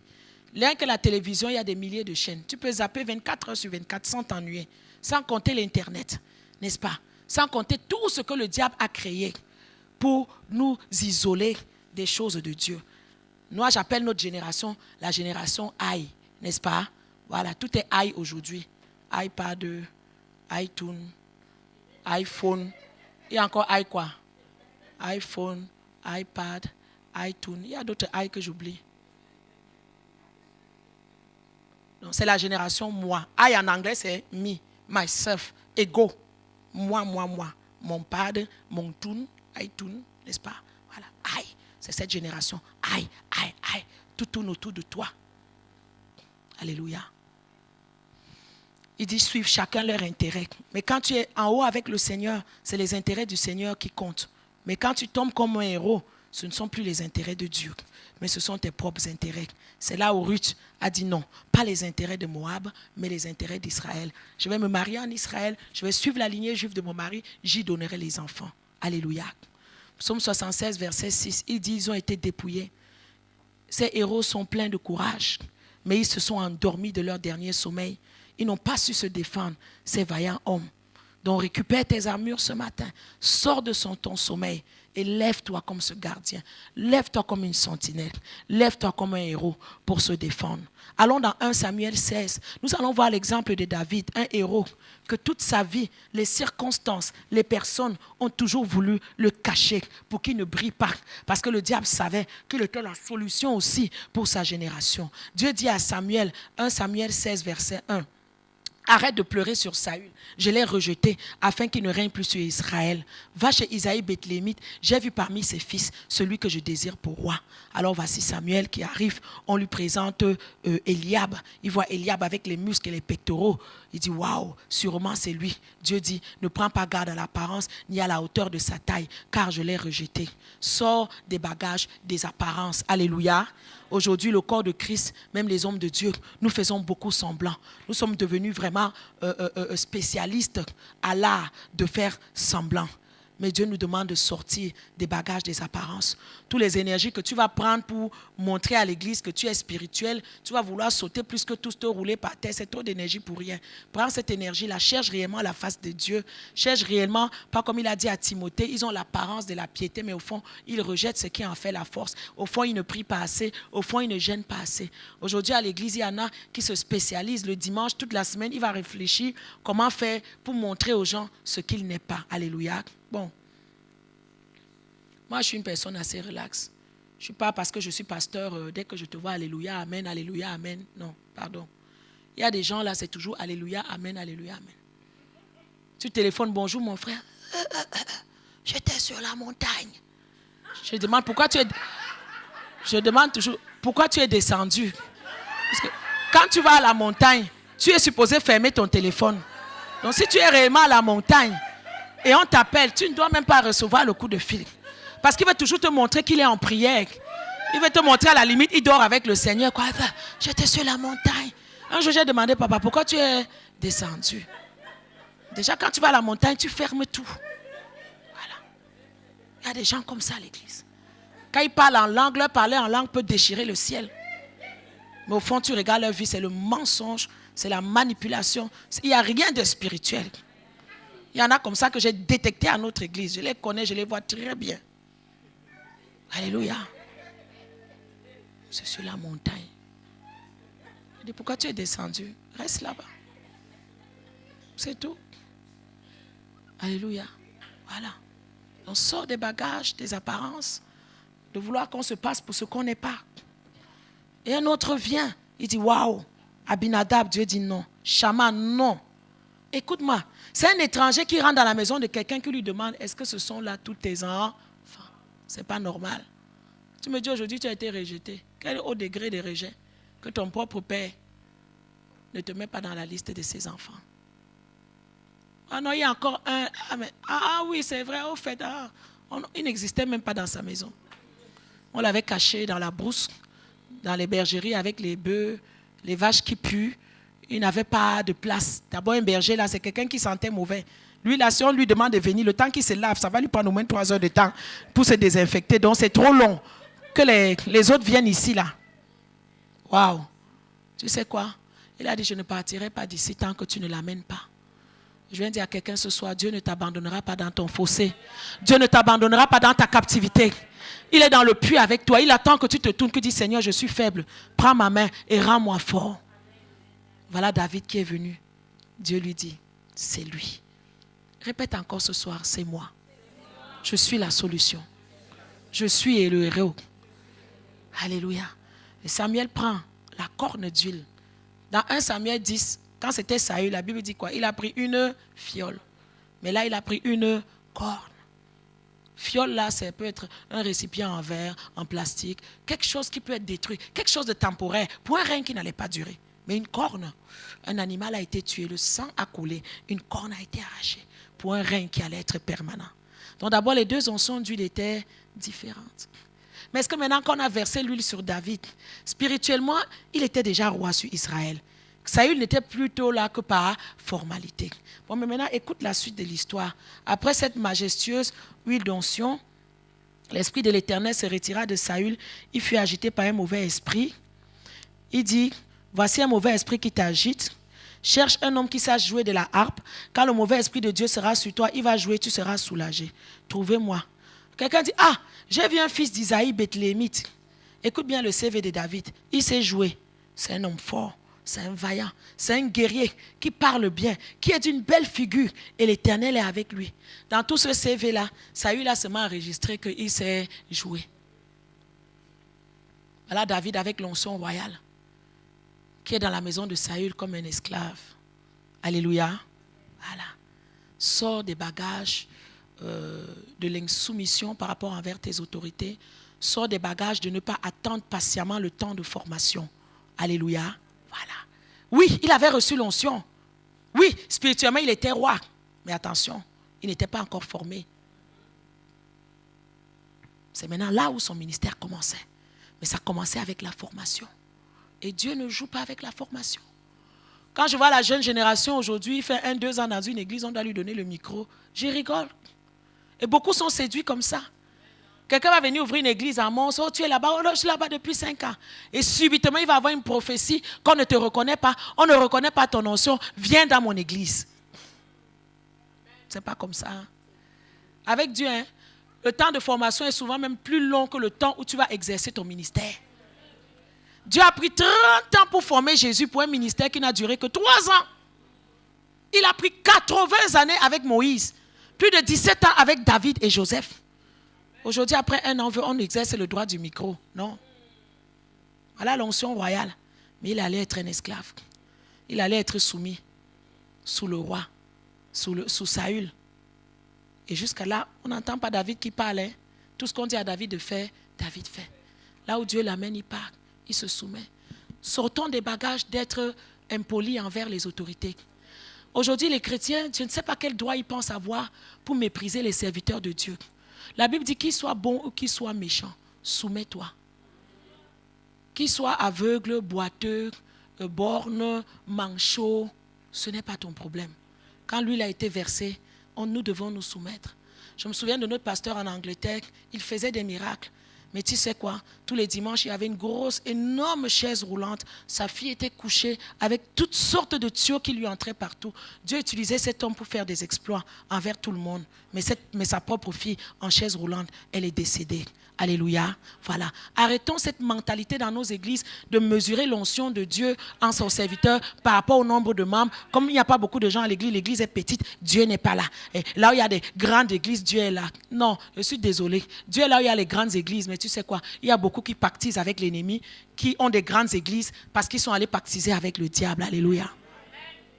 Sortons de ces bagages.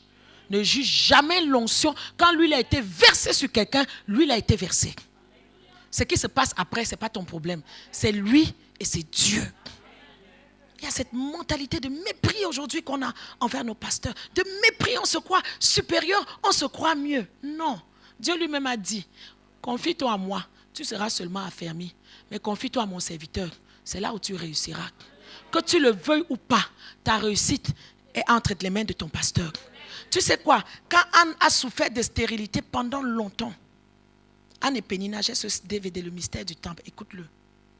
Anne a souffert pendant plus de 20 ans, parce qu'elle était la première femme.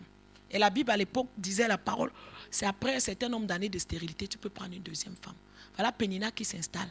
Pénina a 10 enfants, parce qu'Anne a dit à Elkana a dit à Anne, ne veux-je pas pour toi mieux que 10 fils. Bon, une femme pour avoir 10 enfants, même si elle va à la vitesse de la fusée, parce qu'il y en a qui sont des fusées, 10 enfants, ça lui prend au moins minimum 15 ans, on s'entend, n'est-ce pas? Voilà.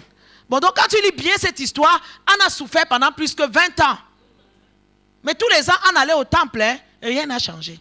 Mais un jour, quand Anne est entrée dans le temple, qui était assis là au temple? Élie. Élie.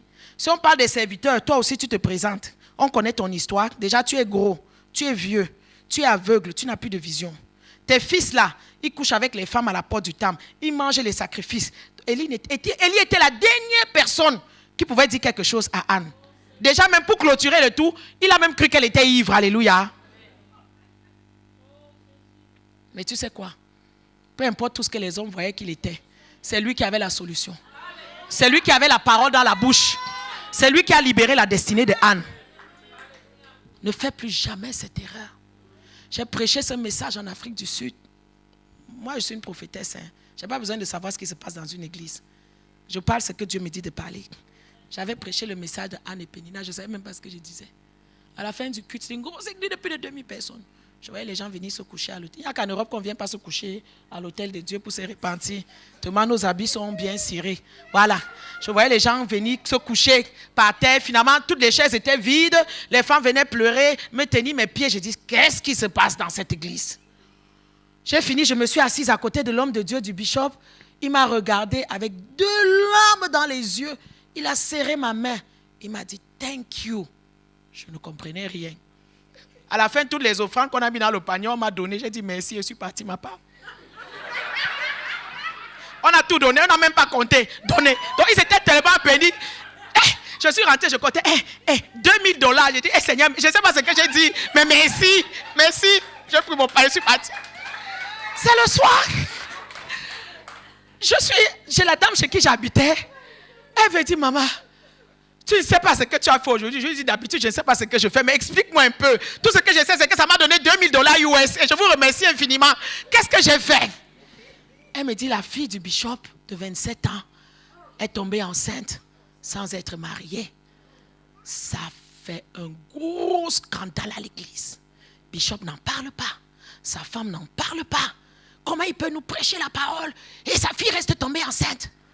Et elle m'a dit que ce dimanche-là, les groupes s'étaient formés qu'après l'église, ils vont quitter l'église. Mais quand j'ai prêché, et je leur avais dit à la fin du message, sans savoir ce que je disais, mais j'ai quand même eu mon $2000. Je leur avais dit qu'un homme de Dieu, je leur ai dit ne mesurez pas. Et j'ai parlé, j'ai dit, même si un homme de Dieu a des enfants dans la maison, je leur ai dit, moi j'ai éduqué mes enfants selon les voies de Dieu. S'ils choisissent à 20 à 21 ans de se détourner, ce n'est pas mon problème. Moi j'ai fait ce que je devais faire. Mais quand ils sont adultes, je ne peux plus leur imposer. Et un jour, j'ai assis mes enfants. Je leur ai dit, là, vous me voyez, là, je n'ai pas de sentiment envers vous. Je vous aime, mais je ne suis pas attaché à vous.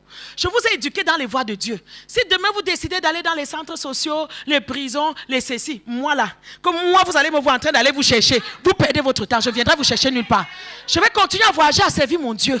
Que chacun suive sa route. J'ai prêché, j'ai dit, qu'est-ce que le pasteur va faire ici? Je détaille la situation comme si je la connaissais. Je ne savais rien. Et grâce à ce message, les gens n'ont pas quitté l'église. J'ai eu mon $2000 US. Sortons de ces bagages-là. La Bible dit que les serviteurs de Dieu dans le livre d'Hébreux, il dit, ayez pour eux de la déférence, qui veut dire de l'affection. À part le respect, il y a l'amour, il y a l'affection. Parce que Hébreux continue à dire quoi? Parce qu'ils doivent rendre compte à Dieu de ton âme. Ce n'est pas ton mari qui le fera. Ce n'est personne qui le fera. Vous voyez donc la responsabilité que nous avons devant Dieu, n'est-ce pas?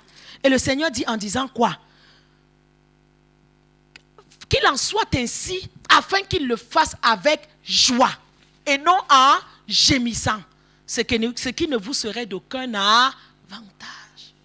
Quand je vois les gens insulter leur pasteur, les mépriser, des fois même il y en a qui les défient publiquement. J'ai dit, aïe, tu es en train d'écrire ton billet pour la mort. Alléluia. Quand un pasteur est là, quand il pense à toi, c'est la douleur, c'est les pleurs. Je n'ai pas écrit la Bible. La Bible dit que ce ne sera pas pour toi. Ce ne sera pas avantageux. Mais laisse-le, quand il pense à toi, qu'il ait de la joie. Moi, je suis pasteur, il y a des secrets qu'on ne vous dit pas. Je vais vous dire un secret. Voilà. Ok, ce sont tous mes enfants. Mais ceux pour qui j'ai le réflexe de souvent prier, c'est ceux qui sont gentils avec moi.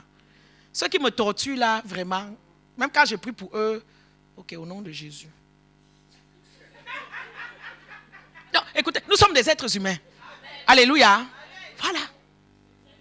Voilà. Bon. Il y a les prières intenses et il y a les prières par formalité.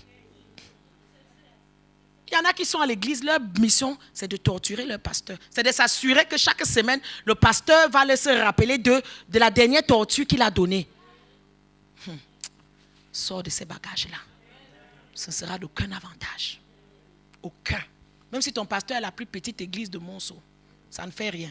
L'onction de Dieu a été versée sur lui. Il faut que je finisse. Je n'ai même pas de montre. Ok. Voilà. Je vais essayer de finir ça dans 5 minutes. Voilà. Donc, voilà David qui joue. Les démons sont chassés. Quand tu lis bien le chapitre 17, maintenant, je vais courir. La guerre éclate. 1 Samuel 17. La guerre éclate. Et quand tu lis bien l'histoire à partir du verset 12, c'est comme si l'histoire recommence encore. Oh, voici David, fils d'Isaïe, fils de ceci. Tu te demandes, mais qu'est-ce qui se passe? On a déjà entendu ça. Mais quand tu lis bien la suite, on voit que quand la guerre a éclaté, Shama, Eliab, tous les fils de Saül, tous les frères de David sont partis à la guerre. Et écoute bien ce que la Bible dit. David s'en alla de chez Saül, verset 15, et revint à Bethléem pour faire perdre les brebis de son père. Une fois de plus, on l'a envoyé se cacher. Il était jeune, il n'était pas digne d'aller à la guerre. Saül a pris les musclés, ils sont partis. Jusqu'ici, est-ce que David parle? Non. Jusqu'ici, est-ce que David régime? Non. Il faut tirer le meilleur de ce que la vie te donne. Même quand c'est le mal, tu peux tirer le meilleur du mal. Joseph a dit à ses frères, le mal que vous avez voulu me faire, Dieu a changé en bien. Même quand les gens te rejettent, on ne veut pas de toi, on t'isole. Même au travail, ils mangent, ils ne veulent pas que tu ailles manger avec eux. Même dans ta famille, quand ils t'isolent là, récupère ce mal-là et change-le en bien. Que ce soit un temps de retraite pour toi, que ce soit un temps où ça te donne plus de temps pour lire la Bible, pour chercher Dieu. Avoir des amis là, être accepté partout, c'est beaucoup de travail. Hein? Moi, j'aime plus avoir beaucoup d'amis. Parce qu'il faut penser à eux, à leur anniversaire, quand ils ont un enfant, il faut aller visiter, quand ils ont petit caprice, non, c'est trop. Moi, quand les gens m'ont... À un moment donné, j'avais beaucoup d'amis. Quand je suis arrivé au Seigneur, mes amis m'ont abandonné. J'ai vu que, ouf, quel soulagement. C'est moins de responsabilités. Amen. Moi, ça ne me dérange pas. À un moment donné, j'allais en vacances souvent. Vous savez, quand tu as la famille africaine, tu as ta belle famille, tu vas en vacances, tu es obligé d'habiter dans ta belle famille. Pour que le mari ne dise pas ceci, c'est là. Ça me dérangeait. Moi, j'aime vivre seul, faire mes choses seul. Ok, tous les ans, j'allais toujours chez mon beau-frère. Jusqu'à une année où ils m'ont fait des conneries. J'ai dit, Seigneur, merci. Tu m'as donné le passeport pour sortir de ce fardeau-là. J'ai dit à mon mari, tu as vu ce que tes frères ont fait? C'est bien. Ça me libère. Ils pensent qu'ils m'ont fait du mal. Comme ça, quand je reviens là-bas, je ne mets plus pied chez eux. Oh, c'est quel fardeau! Je dois remplir mes valises d'excédents, de bagages et de cadeaux pour toute la marmaille, pour l'hôtel, pour la femme, pour le mari. Oh, aller encore habiter loin, peut-être des fois en brousse pendant 1-2 semaines parce que tu dois être dans la belle famille ou tu dois être dans la famille. J'ai dit, dis-leur merci beaucoup, ils m'ont aidé. Aujourd'hui, je suis libre. Quand ils voient que je n'ai plus d'excédents de bagages à transporter, c'est tout. Moi, je n'ai pas de problème. Hein. Moi, je vis un christianisme, je n'ai pas de problème. Moi, je pars. J'ai Dieu et c'est tout. Je fais des efforts pour aller vers les gens. Quand on me rejette, je dis tant mieux. J'ai plus de temps pour prier. J'ai plus de temps. Même les histoires de marraine, là, les gens me mettaient marraine à l'église. Je leur ai dit, ne me mettez plus marraine. Je n'ai pas le temps de venir séparer vos bagarres. Vous voulez vous battre ici. Moi, je suis en Chine en train de prêcher l'évangile. Non, c'est trop de responsabilité. Je n'en veux pas. Alléluia. Ah, marraine. Un jour, m'a mis marraine. J'ai acheté un cadeau de $1000. Après, il fallait voir comment cette petite fille est venue me parler. Après que j'ai claqué mon $1000. Non, je n'en veux plus. Gardez ça pour vous. Il fallait voir un jour, elle n'a même pas eu peur que c'est ma marraine. Ah. J'avais une autre là, elle venait juste à moi quand elle a des problèmes, quand elle a des besoins. Mais en tant que marraine, elle ne m'honore jamais. Mon anniversaire, je ne la vois pas. Quand je suis malade, je ne la vois pas. Mais quand elle est malade, c'est un droit. Moi, je dois préparer pour aller lui donner. Quand elle se bagarre, à minuit, je dois me lever pour aller séparer la bagarre. Un seul jour, j'ai eu besoin d'elle. Je ne l'ai pas vue. J'ai dit à partir d'aujourd'hui, terminé. Cherche-toi une autre marraine. Je n'avais pas le temps à perdre. Je veux mon temps libre pour servir mon Jésus. C'est tout. Moi, je n'ai pas de problème. C'est comme ça que je vis ma vie. Le meilleur temps, c'est quand je suis dans ma maison, j'ouvre ma Bible, je lis, je parle à mon Dieu et tout ça là. Donc, sors des bagages, tu veux être la star, la célébrité. Quand les gens ne te rejettent, prends ça, change-le en bien.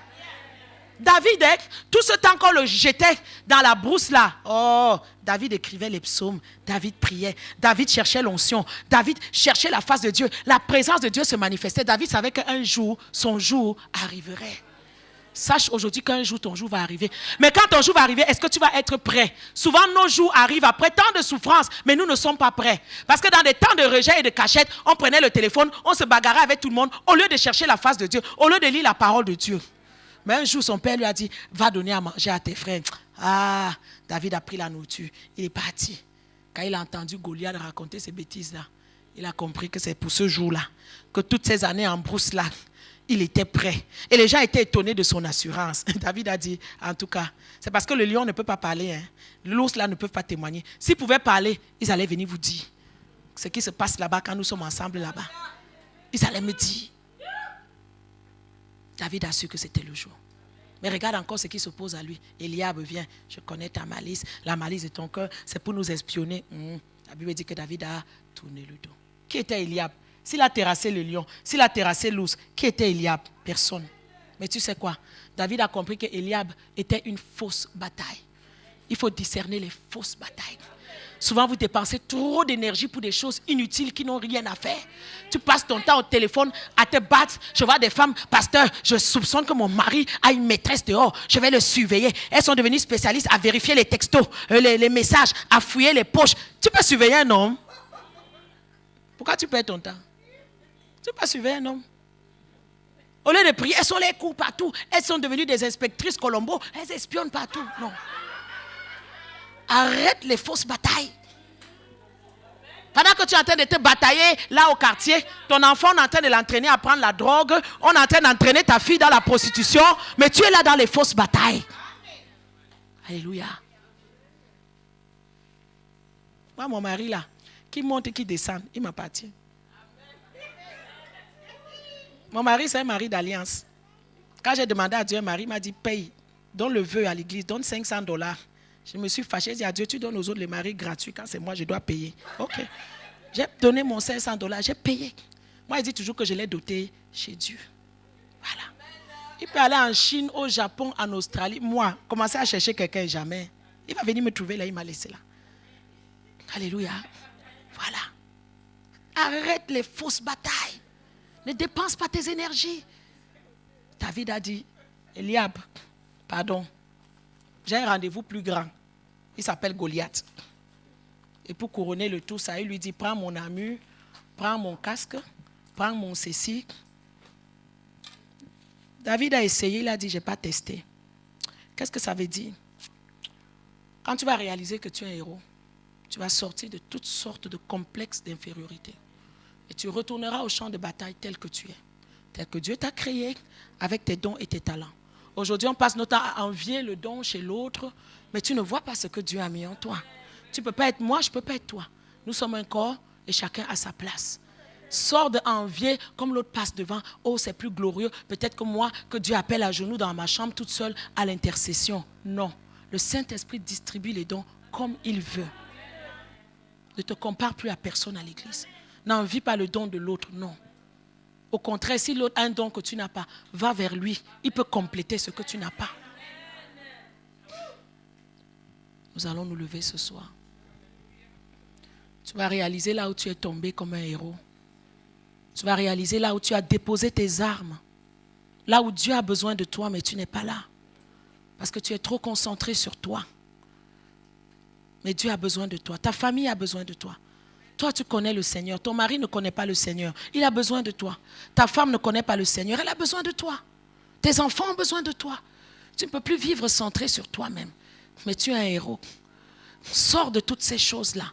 Il y a des choses pour lesquelles tu dois te faire une raison. Moi, j'ai accepté que tout le monde ne peut pas m'aimer. Je n'entre plus en dépression si quelqu'un ne m'aime pas. Je n'entre plus en dépression si quelqu'un ne m'accepte pas. Il y a des choses dans la vie que tu apprends à accepter et tu vis avec.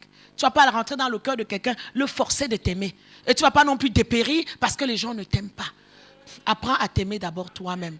Apprends à t'accepter. Donne-toi la valeur. Il fut un temps, j'étais beaucoup complexée. Je mettais toujours des longues robes parce que je disais que mes pieds sont tordus. Je ne mettais jamais des trucs dénudés parce que je disais que je me trouvais toutes sortes de défauts. Mais un jour, j'ai appris à m'aimer. J'ai appris à m'accepter. Alléluia. Et j'ai changé mes défauts en force. Amen. Voilà. Ne pense jamais que l'autre est plus heureux que moi. Non, chacun a ses défis. Moi, je dis toujours, j'ai choisi la vie, j'ai choisi la joie. C'est très difficile pour moi. La seule personne qui sait quand je souffre, c'est mon mari. Mais des fois, même, il y a des souffrances qu'il ne sait pas. Mais quand les gens me voient, je ris toujours. Je suis toujours dans la joie. Pourquoi? Parce que ça ne sert à rien que je passe ma vie comme ça, à avoir des rides avant le temps. Regardez-moi, j'ai 45 ans cette année. Est-ce que j'ai une ride? Non. Moi, je suis toujours dans la joie. J'ai choisi la vie, j'ai choisi la joie. Quand les événements malheureux arrivent, je pleure un petit coup, j'essuie mes yeux. Le lendemain, je suis debout pour Dieu. Parce qu'il y a beaucoup de choses sur lesquelles je me suis fait une raison. Nous allons nous lever ce soir et nous allons parler à Dieu. Tu vas dire, Seigneur, pardonne-moi. Là où j'ai déposé mes âmes à l'église, je ne viens plus, je ne fais plus, parce que tel a dit, parce qu'on m'a rejeté ici. Dis ce soir, Seigneur, je te demande pardon. Je viens à toi dans ma faiblesse. Prends-moi et rends-moi fort. Élève ta voix. Élevez vos voix et parlez à Dieu. Parle à Dieu ce soir.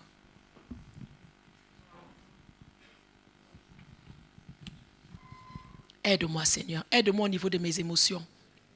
Donne-moi de ne plus servir mes émotions. Blinde mon cœur ce soir. Rends mon cœur insensible aux mauvaises paroles, à tout ce qu'on peut dire. Parle à Dieu. Je parlerai de ta bonté, de ta fidélité.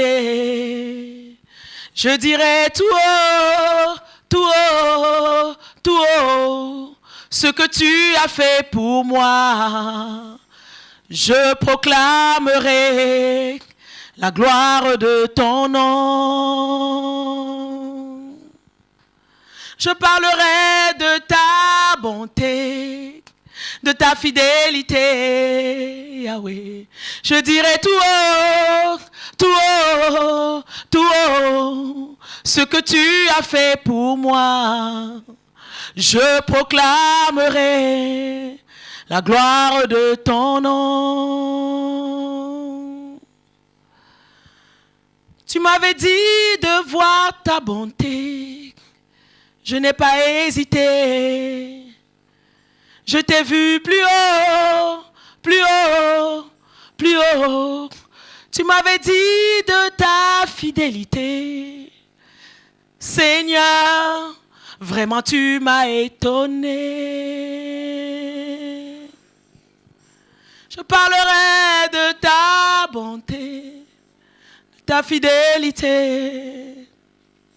Je dirai tout haut, tout haut, tout haut, ce que tu as fait pour moi. Je proclamerai la gloire de ton nom. Je veux que tu libères ton cœur ce soir. Ouvre ta bouche, dis jalousie part, envie part, manque de pardon sort. Sors, sentiment négatif sort. Je ne veux plus de toi. Je veux proclamer la bonté de Dieu. Le Dieu est le Dieu de la deuxième chance. Il me donne sa parole ce soir. Il me donne un autre commencement avec lui. Je veux un nouveau départ avec Dieu. Je vais abandonner les excuses. Je vais abandonner les prétextes. Seigneur, je ne veux plus servir mes émotions. On m'a fait ci, on m'a fait ça. Mais comme ton fils, je veux endurer. Et je vais aller. Je veux endurer comme il a enduré pour aller à la croix. Seigneur, je veux tout faire pour toi. Oh papa, affermis mes dons qui sont tombés. Affermis mes dons et mes talents qui sont tombés. Papa, là où je suis faible, rends-moi fort parce que je suis cet héros. David a dit, je suis faible, quoique j'ai reçu l'onction royale. Oui Seigneur, j'ai reçu ton onction, mais je me sens faible. Ce n'est qu'en toi que je peux être fort. Est-ce que tu peux parler à Dieu? Je n'entends pas un peuple qui parle à Dieu ce soir. Alléluia.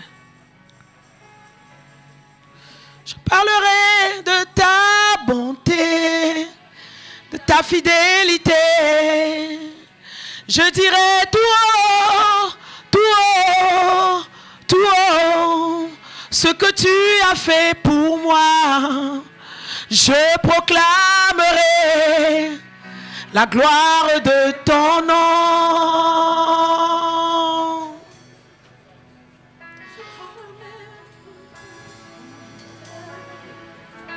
Ta fidélité, je dirai tout haut, tout haut, ce que que tu as fait pour moi, je proclamerai la gloire de ton nom.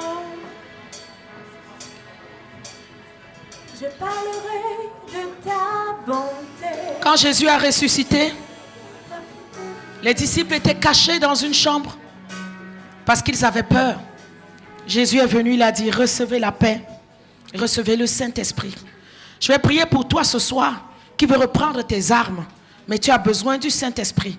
Tu vas avancer rapidement et je vais demander au Saint-Esprit de venir te donner la force, de venir te donner la grâce, de venir te donner la capacité.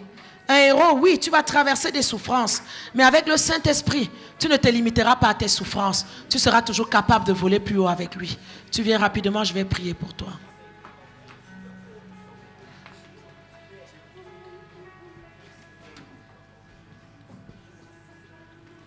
Merci Seigneur. Merci Saint-Esprit. Ta bonté, de ta fidélité, je dirai toi, Yahweh, toi, ce que tu as fait pour moi. Je proclamerai.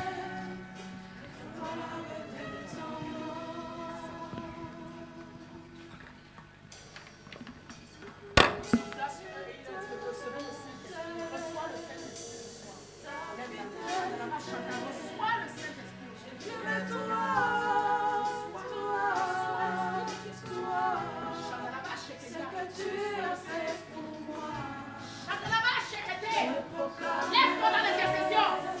Lève-toi dans l'intercession.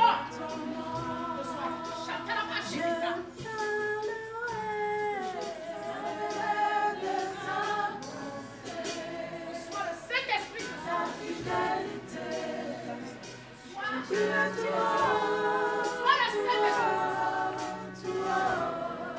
Ce que tu as fait pour moi, je proclamerai la gloire de ton nom. Tu m'avais dit de compter sur ta bonté. Je n'ai pas hésité. sois le Saint-Esprit ce soir. Et toi tu m'as prouvé ta fidélité. Oh Dieu, vraiment tu m'as étonné. Combien tes œuvres sont excellentes. Aussi grand que tu es, tes œuvres sont manifestes dans ma vie. Je dirai tout haut, tout haut, la gloire de ton nom. Je parlerai de ta bonté. Lève la main vers le Seigneur. Chante ce chant. Oui. Je dirai tout haut, Tu dois témoigner. ce que tu as fait pour moi. Je proclamerai La gloire de ton nom. Tu es un héros. Tu dois proclamer la gloire du nom de Jésus. Parlerai de ta. Il va te relever et tu vas témoigner de sa bonté. fidélité. Je dirai tout haut, tout haut, tout haut, ce que tu as fait pour moi. Je proclamerai la gloire de ton nom. Il y a beaucoup de CD et de DVD. Briser le sceptre du méchant. Renverser les barrières qui s'élèvent contre ta percée. Le combat du deuxième ciel. Le mystère du temple, Anne et Pénina. Ton nom inscrit dans le livre de vie. Dieu se souvient des prières et beaucoup d'autres messages. Amen. Que Dieu vous bénisse abondamment. Vous pouvez continuer à jouer.